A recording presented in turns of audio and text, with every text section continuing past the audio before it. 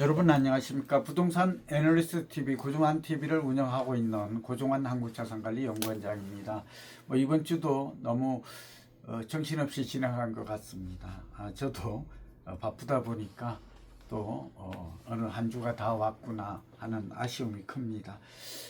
이번 주 이제 벌써 3월 말인데요. 전국도 숨가쁘지만 부동산도 변화가 많습니다. 토제 재지정 이후에 서울의 아파트 가격 상승률은 절반으로 줄었고, 그리고 그동안 단기 급등했던 잠실 등 이런 강남 일부 아파트는 하락으로 전환했다, 이런 얘기가 있습니다. 당연히 예상했던 일이고요. 우리가 시장의 작동 원리랄까 가격 결정 그 원칙을 보면 규제가 풀려서 단기 급등했던 곳들은 이제 거품이 쌓여서 또 단기 급등에 따른 부담도 있고 해서 내리는 건 당연합니다. 어떻게 또 오르다가 또 내리냐 이렇게 생각할 수도 있지만 항상 객관적이고 논리적인 분석이 중요한 것이고요. 이거는 또 가격이 그럼 계속 내리느냐 그러지는 않을 것 같고, 단기 급등했던 이제 잠실이 대표적이죠.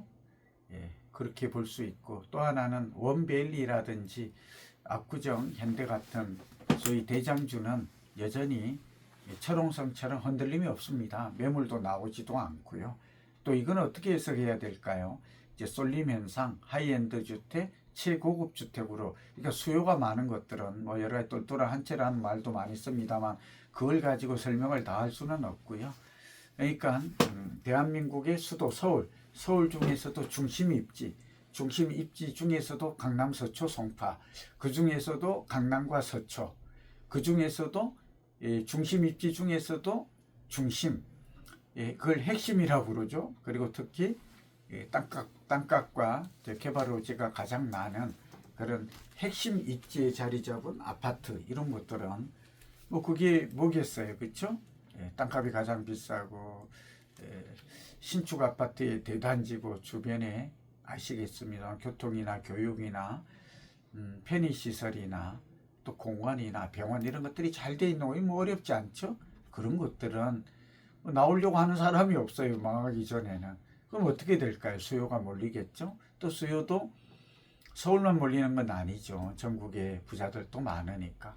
그런 것들은 큰 변화가 없는 곳이다. 그럼 왜 또 잠실은 이러냐, 이런 질문도 하는데, 잠실은 그럴 만한 곳은 아니죠, 아직. 물론 이제 앞으로는 동남권으로 해서 좋아지겠지만 좀 가격이 강남구나 서초구만큼 비싸지 않아서 수요가 몰려서 급등했고, 또 실망한 사람들이 매물을 내놓고, 또 규제가 되니까 추가 수요가 좀 끊긴 거, 이렇게 좀 어떻게 생각하면 우리가 양극화죠. 부동산은 굉장히 정직하다 하는 말씀을 드립니다. 이런 현상은 이제 계속될 것 같고, 풍선효과 얘기 말씀드렸죠. 제가 강남구와 서초구에 인접한 과천, 판교 이런 데까지 좀 오를 거다. 또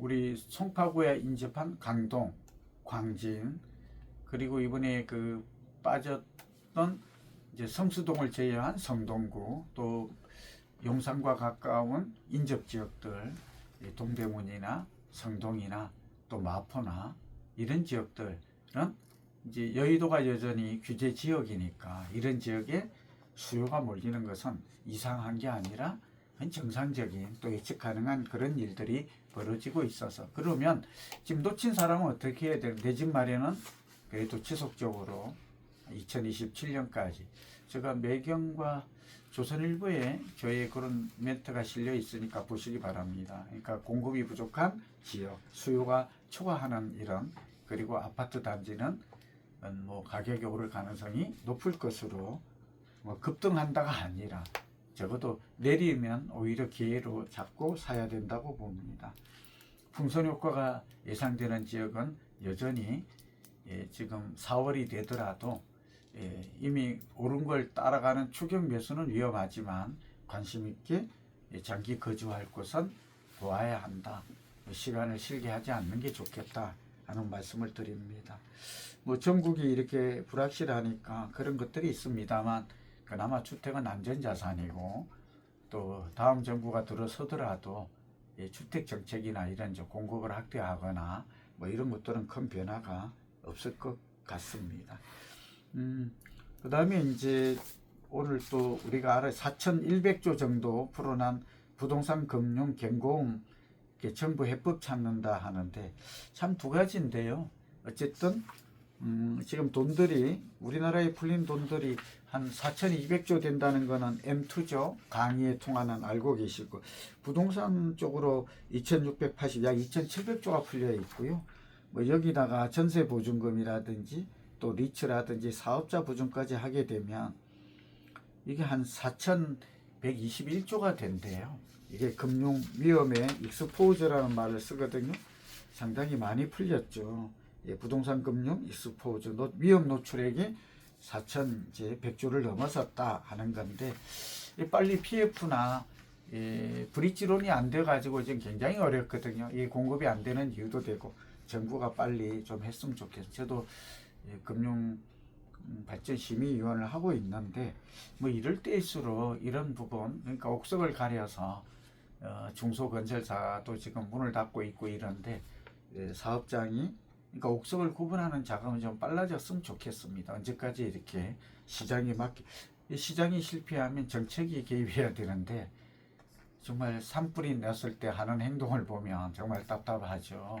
이렇게 해도 되나 싶은데 정말 금융 쪽도 현 정부도 대통령이 뭐 대통령이 계실 때도 잘한 건 아니지만 어쨌든 한덕수 총리 또 최상목 또 경제부총리도 했기 때문에 이런 부분은 좀 더 이상 미룰 게 아닌 것 같습니다. 부동산의 문제, 그러니까 대출이 많이 들어갔던 거 옥석 구분해서 구조조정하고 재구조화하고 살릴 것은 좀 살리고 이렇게 해야 공급 부족 문제도 그렇고 우리 경제도 그렇고 내수 부진 문제를 해결하지 않을까.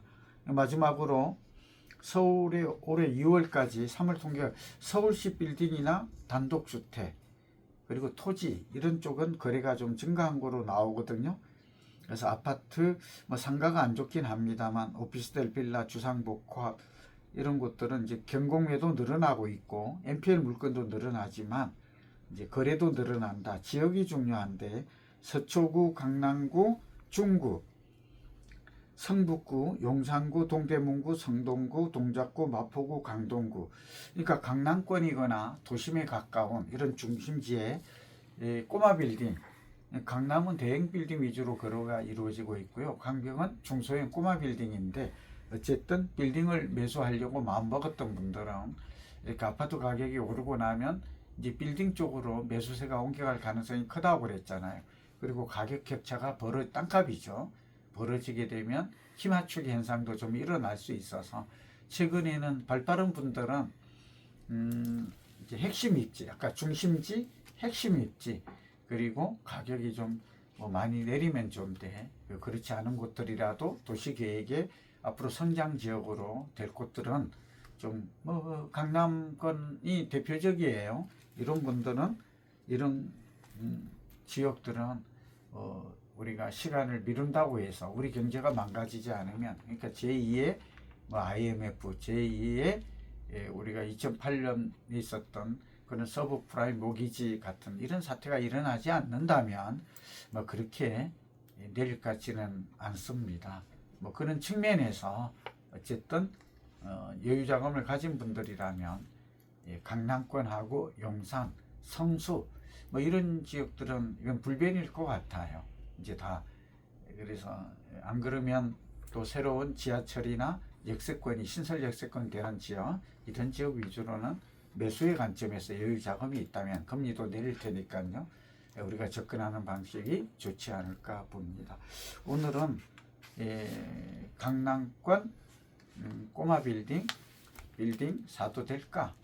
이제 이런 주제를 가지고 아파트와 또 금융에 일어난 부동산 금융, 경고음 이런 얘기들을 함께 해보았습니다. 여러분 경청해 주셔서 고맙습니다. 다음에 뵙겠습니다.